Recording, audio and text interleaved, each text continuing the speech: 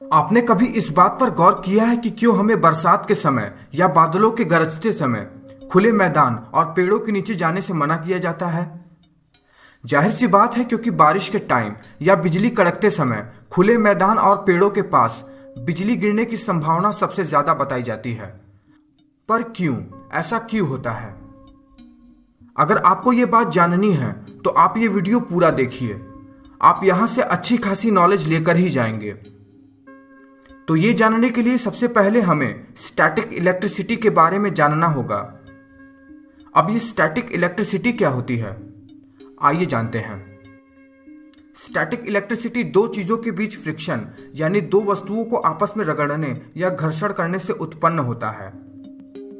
आप लोगों ने बचपन में या कभी भी वो गुब्बारे वाला एक्सपेरिमेंट तो किया ही होगा जिसमें हम गुब्बारे को अपने सिर या शरीर पर कहीं रगड़ते थे और फिर उस गुब्बारे को छोटे छोटे कागज के टुकड़ों के पास ले जाते थे और वो कागज के टुकड़े उस गुब्बारे पर चिपक जाते थे।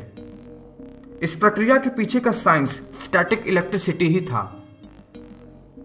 इसमें होता यह है कि जब हम गुब्बारे को शरीर पर रगड़ते हैं तो गुब्बारे पर हमारे शरीर या कपड़े से कुछ इलेक्ट्रॉन या कहिए नेगेटिव चार्ज गुब्बारे पर आ जाते हैं और ये कागज के टुकड़े जो कि न्यूट्रल होते हैं उनके पॉजिटिव चार्ज को अट्रैक्ट करता है और इस प्रकार गुब्बारा कागज के टुकड़े को मैग्नेट की तरह अपने ऊपर चिपका लेता है।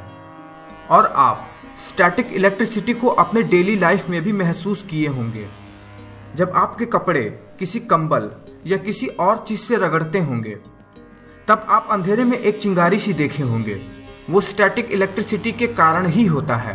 तो इतना जानने के बाद अब आते हैं बादल में बिजली कड़कने और बादलों के गरजने के पीछे की साइंस की तरफ। अब आप जानते हैं कि बादल पानी के भाप बनने, ऊपर उठकर और ठंडा होने से बनते हैं। ऊपर ये बादल इतने ठंडे हो जाते हैं कि छोटे छोटे बर्फ के टुकड़ों के रूप में बन जाते हैं।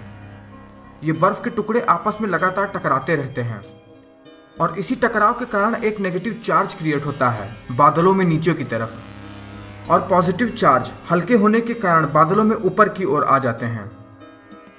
अब बादलों के अंदर ये चार्ज सेपरेट हो जाते हैं और जैसा कि मैंने आपको बताया है कि स्टैटिक इलेक्ट्रिसिटी में किसी एक वस्तु पर स्टैटिक नेगेटिव चार्ज क्रिएट हो जाता है, ठीक उसी तरह बादलों में भी स्टैटिक नेगेटिव चार्ज फॉर्म हो जाते हैं। हालांकि बादलों के अंदर चार्ज के सेपरेट होने वाली प्रक्रिया पर अभी रिसर्च चल रही है, क्योंकि यही सबसे महत्वपूर्ण प्रक्रिया है बिजली यानी लाइटनिंग के फॉर्म होने में। अब यहां मैं आपको बता दूं कि बिजली का चमकना यानी लाइटनिंग 3 प्रकार की होती है, जिसमें से पहला है इंट्रा क्लाउड लाइटनिंग, यानी एक बादल के ही बीच में बिजली का चमकना। इसमें एक बादल के बीच में ऊपर के पॉजिटिव चार्ज और नीचे के भारी नेगेटिव चार्ज जब पास आते हैं तो एक लाइटनिंग क्रिएट होती है, यानी बिजली चमकती है। लेकिन इस प्रक्रिया में आवाज नहीं होती है। दूसरा है क्लाउड टू क्लाउड लाइटनिंग, यानी दो बादलों के बीच में बिजली का चमकना।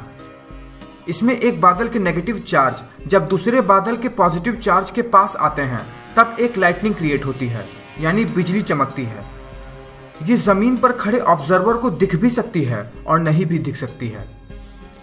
तीसरा है क्लाउड टू ग्राउंड लाइटनिंग, यानी बादल और जमीन के बीच में लाइटनिंग का क्रिएट होना।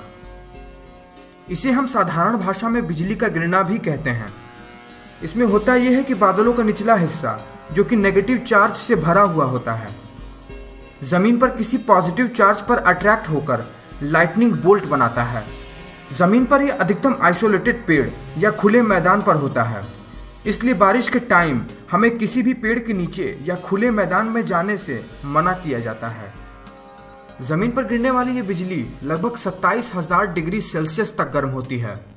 ये लाइटनिंग बोल्ट बहुत तेजी से आवाज भी करती है, क्योंकि ये बिजली आसपास के एयर को बहुत ज्यादा गर्म कर देती है। होता यह है कि बिजली पॉइंट ए से पॉइंट बी तक जाने में बहुत ही कम समय लेती है, सेकंड से भी बहुत कम समय, जिससे आसपास के एयर को एक्सपेंड होने में समय लग जाता है। लेकिन ये आसपास के एयर को काफी गर्म कर देती है, इसलिए पहले तो ये हीटेड एयर कंप्रेस हो जाती है और बाद में एटमॉस्फेरिक प्रेशर से 100 गुना ज्यादा दबाव से एक्सप्लोड यानी धमाके के साथ बाहर की ओर सभी दिशाओं में फैल जाती है, जिससे हमें बहुत ही भयंकर धमाके की आवाज़ सुनाई देती है, और इसी को हम बादल का गरजना भी कहते हैं। तो अब आप बिजली चमकने, बादल गरजने और बिजली गिरने के पीछे के साइंस को समझ गए होंगे। उम्मीद है आपको ये वीडियो पसंद आया होगा। अगर ये वीडियो आपको पसंद आया हो तो वीडियो को लाइक करें और चैनल को सब्सक्राइब करना ना भूलें। वीडियो के बारे में अपने विचार कमेंट बॉक्स में ज़रूर लिखें। धन्यवाद।